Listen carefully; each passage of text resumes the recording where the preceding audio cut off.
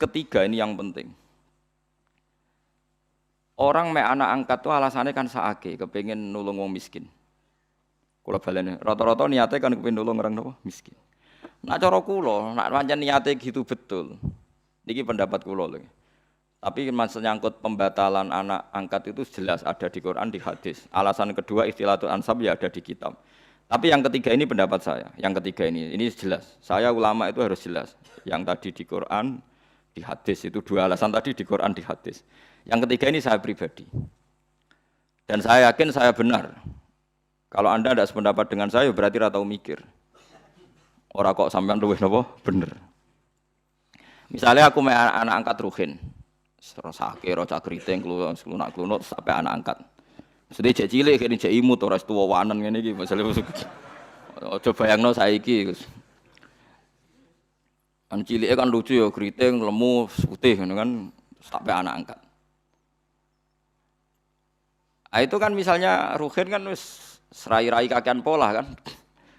Terus minta sepeda motor Tiger atau Nexon atau Ninja gitu. Kan berarti saya kalau nuruti anak angkat karena dia sudah kayak anak saya kan mungkin tak turuti. Tuku sepeda motor 30 juta. Dia umur 16 tahun tak tukokno sepeda motor karena dia kayak anak angkat 20 juta.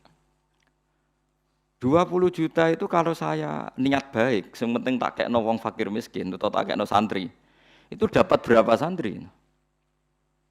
20 juta misalnya tak kekno wong soleh atau santri atau masyarakat. Kalau 20 orang saja dapat 1 jutaan anu maturune entek ngamek ndongakno kabeh. Kere 20 ndongakno kabeh. Tapi gara-gara mek anak angkat, uang 20 itu tersentral terpokok ning satu orang. Yaiku ning Ruhin, iku wae dienggo sepeda motor sing ra jelas manfaatnya. Paham sing kula maksud? Artinya dari segi sosial kan menjadi manfaat ini terbatas kan? Nggih betul.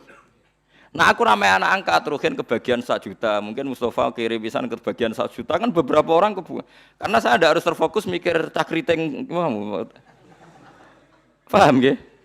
Lho tenan paham tenan to. Lho kowe oleh menentang pendapat saya boleh, saya pastikan ini pendapat saya. Tapi kan iso globalnya paham toh nggih? Artinya kalau orang engko Ruhin dewasa tak gekno omah, entek 100 juta. Alasannya sakake Ruhin anak melarat. Andai kan aku gak mek anak angkat mungkin 100 juta lebih ke orang banyak. Tapi tetap boleh loh mek anak angkat. Tapi cara kula nggih sekadar ya. Ya sayang, tetap kembalikan ke keluarganya, dibiayai saja. Itu dia mendapat kasih sayang keluarga, dia tidak sombong. Paham ya? Lah soal ingin spesial ya spesial saja misalnya sama ranti anak. Nah, kecuali mungkin ada pengecualian darurat. Sampean enggak punya anak. Enggak punya anak, ada ponaan atau keluarga, kamu angkat, tapi nasabnya harus tetap ditulis. Saya ulang-ulang, nasabnya harus ditulis. Karena ciri utama manusia yang disebut Allah adalah faja'alahu nasabah. Jadi orang harus jelas nasabnya. Jadi alasan ketiga tadi kelihatan. Kalau anak angkat itu kan nanti semua aset itu kan terkonsentrasi, itu mau. Biasanya wong lomo 20 juta dibagi wong akeh gara-gara di anak angkat satu mungkin hanya untuk beli napa? Sepeda motor. Sepeda motor, mulai cak keriting ngono wis mbok weling njuk sangu 1 juta. Entek sedino. Padahal mau tak kena fakir miskin 1 juta cukup sak wulan kan. Ya sehingga sampean ndak usah tersinggung. Kula mau cerita hukum sehingga sirinya kenapa Rasulullah itu orang paling dicintai Allah dan punya hiburan nganak ngepek anak angkat yaitu Zaid bin Harisah itu dibatalkan oleh Allah sendiri, dibatalkan oleh Allah sendiri. Tapi jangan kira dibatalkannya itu dibatalkan total secara sosial boten, dibatalkan secara hukum nasab. Sehingga semua sahabat yang dulu manggil Zaid bin Muhammad dimarahi Allah, suruh manggil Zaid bin Harisah. Paham gitu, terus kula suwun sing wis kadung mek anak angkat ya ora usah dibatalno tapi nasabnya ditulis. Dan anak itu mulai kecil pun diberi pengertian kalau kamu anaknya ini, saudara kandungmu ini. Nah soal kowe kuwatir kok nang bocah tersinggung wong Jawa. Kamu harus lebih kuwatir ketimbang nanti nasabnya kacau balau kawin mbek dulure dhewe, kawin mbek ponakane. Senengane kok nggo alasan rasa Jawa. Ora tau mikir nasibe agama, dipikir nasibe rasane wong Jawa. Soale kaya aku mbek Mustofa tuwa jenggoten corong Jawa wajib dihormati, sesat tapi dihormati Mustofa. Wong ra jelas jluntrunge kok apa dihormati. Harus pakai agama jelas. Orang dihormati karena alimnya atau karena lomane atau krana sabar melarate. Kudu jelas, kudu nyetor slip. Paham nggih? Alasan dihormati. Gak apa-apa misalnya kita nulis, Gus saya fakir 10 tahun sabar. Jadi jenengan harus hormat saya. Kalau hormat siap kula. Mergo jelas kesalehannya. Dan saya siap sabar lagi sampai mati ya monggo nanti ditulis. Mlebu swarga syaratnya ngalim, kayak ngalim ya abot sugih, wis kadung ora sugih. Paling mungkin ya melarat karena sudah kadung melarat. Itu syaratnya sabar. Sabar itu orang ngeluh. Orang ngeluh itu betah.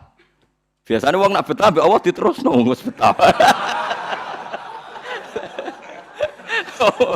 Wong wis betah wae kan. Itu kan jadi repot.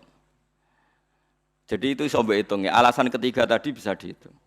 Saya tuh punya pengalaman gitu. Saya punya saudara, punya keluarga, orang kaya, anak angkat. Itu ya kebaikannya ya terkonsentrasi, ya itu tadi. Tergerus hanya untuk 1-2 orang. Ya taruh saja tadi. Kalau orang punya uang 20 juta biasa diamalkan, mestinya bisa dikasihkan pondok atau fakir miskin bisa orang 20-30. Gara-gara anak angkat mungkin seleranya selera yang fuduli, yang enggak prinsip, yang sekunder. Misalnya untuk beli apa? Sepeda motor. Lah ngono anak bowling kok rugen anak angkate. Sepeda motor di aksesoris. Aksesoris sepeda motor larang pisan. Sepeda larang ngegenge ning mall. Ngentekno donya tenan. Nah itu kenapa? Menurut saya kalau mau baik-baik saja. Terus saya teruskan. Tapi teori saya ini ya tidak selamanya benar karena itu tadi yang dibatalkan hanya nasabnya saja itu yang pasti benar. Tapi Rasulullah itu ya unik. Ini cerita sisi Rasulullah. Rasulullah itu dia putu jenis Hasan Husain. Hasan itu ganteng. Enggak ada orang mirip Nabi kayak Hasan. Hasan bin Ali. Dia putrane Sayyidah Fatimah sing sugeng kan namung Hasan kalian apa? Husain. Sebetulnya punya adik namanya Muhassin tapi meninggal.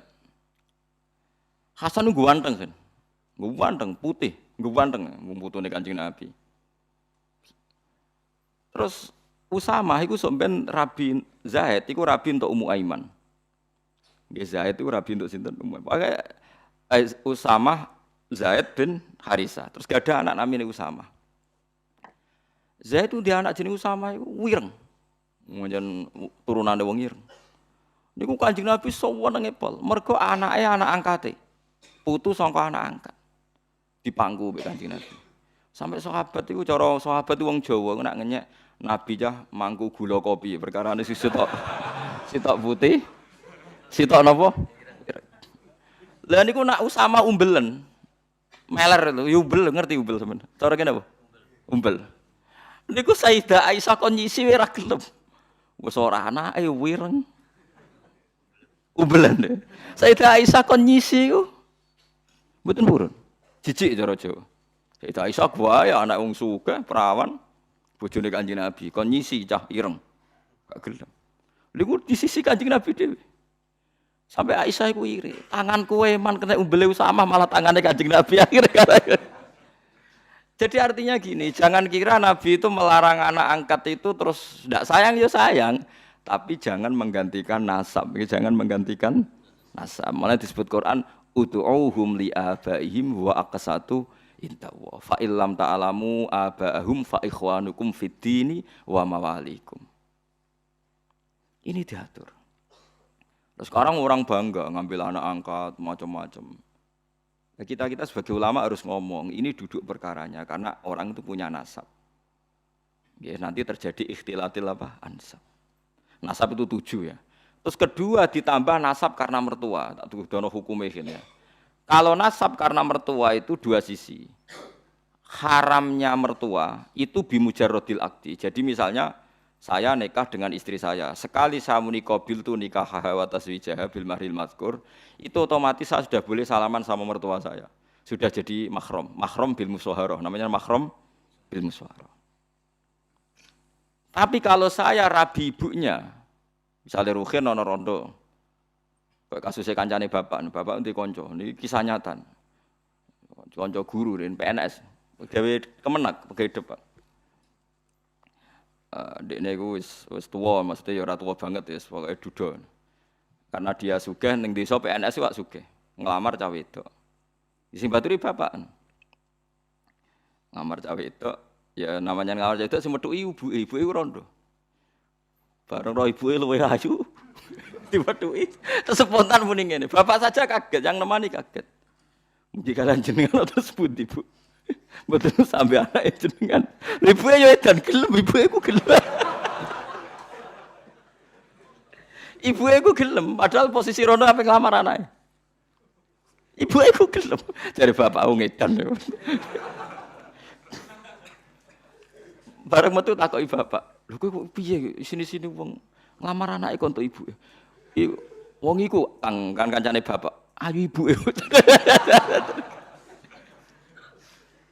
Bareng wis kasil untuk ibuke terus dipertimbangkan jare sampean kan rondo anakmu ku perawan, payune gampang, penting ibuke mlaku sik terus rabi sama ibunya.